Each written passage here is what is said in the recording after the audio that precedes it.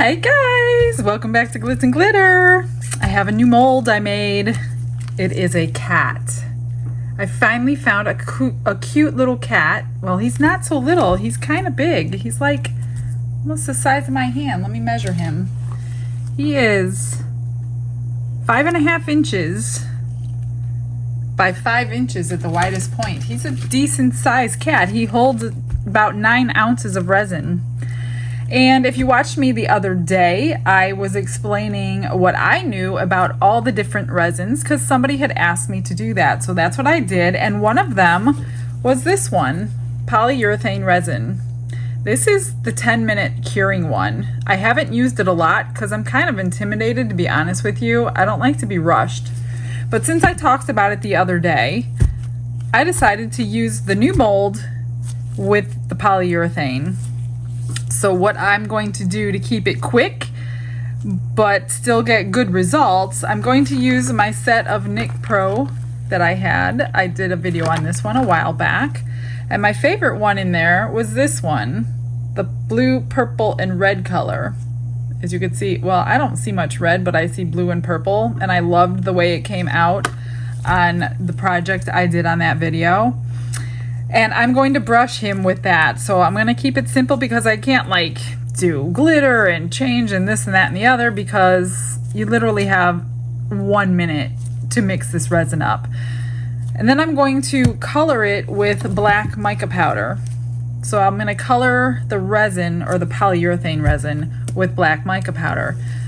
But in order to get the powder mixed in within that 1 minute, I'm going to pour one side of it, put my color in, get the color the way I want it, and then measure out the other 4 ounces of B, so that way in 1 minute I can get it completely mixed together and pour it in quick. What I'm hoping doesn't happen, I'm hoping I don't get little bubbles in his eyes, his nose, his mouth, chin, things like that, because I guess I could pour it slowly, but I don't know how slowly because you can literally see it curing before your eyes.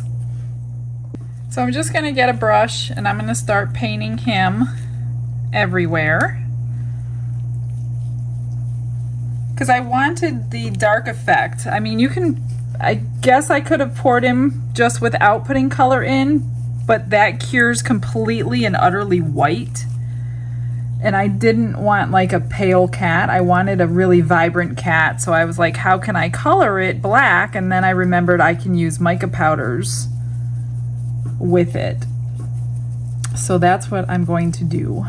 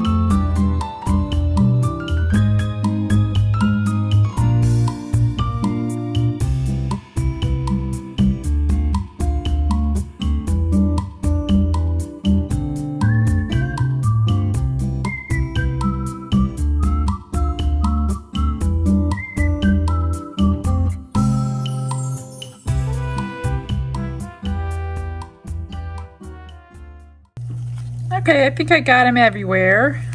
I did flip him over and tap him out. That's why I put a sheet of paper down so he's not sitting in a pile of mica powder. Just making sure. Okay, so now I'm just going to measure out 4 ounces. Get this mixed in. When you're using the polyurethane resin, I recommend you're ready with everything before you start mixing anything. So let me get this poured in. I'm already nervous. I don't know why.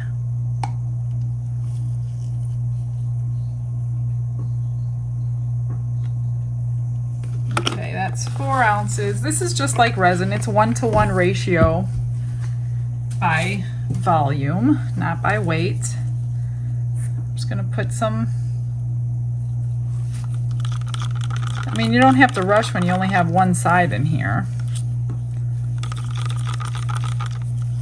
I don't know how dark it's gonna stay. It's probably not gonna stay black. Obviously, it's got white mixing into it. But it might be gray. I'm hoping for at least gray. And this stuff is like water.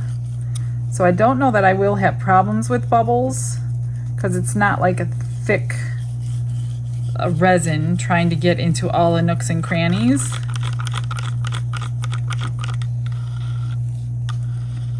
All right, so let me close this, get prepared for my quick stir.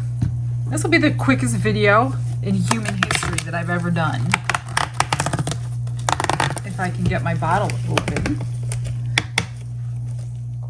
All right, I got it open, but I'm just gonna pour over here because I don't want anything in my way.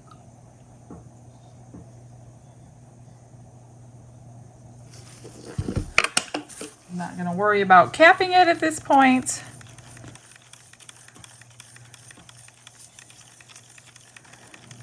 Literally, I think you get a minute. I don't really know if you have to do it the whole minute or not. I'm watching the timer on my phone. Oh, it's getting warm. I'm pouring it. It's getting warm in my hand.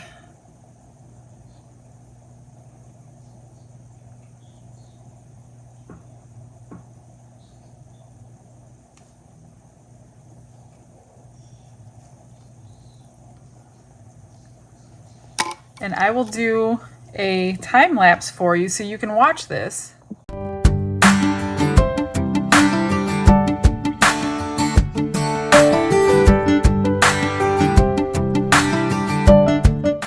I literally just shut off the time lapse, so I put my hands on it. It is like burning hot. It is really, really hot. This stuff is like super cool, but I'm not gonna demold it obviously until it's room temperature.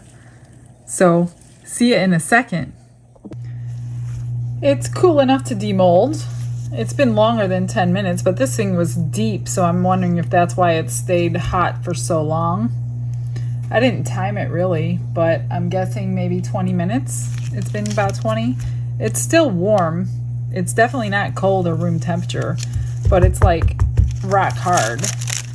So I'm hoping it's cured all the way below, otherwise I'm going to ruin this piece by pulling it out too soon.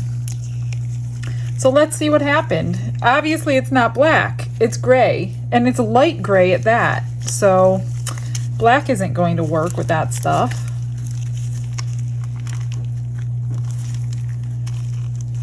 Let me get this baby out.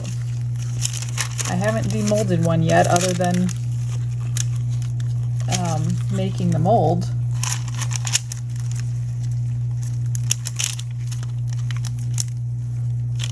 Well, the mold's okay. Didn't heat up too bad to ruin it, so it's still nice and shiny. Well, he's not shiny. I guess that we should have expected that. But he's still got the color change. You could always spray him with a clear sealer if you wanted to shine him up. So it works. I just wish it was clear, or not clear. I wish he was shinier, but he's not too bad. He is a textured cat. He's not smooth. So don't be surprised if you end up with a mold like that. He is textured.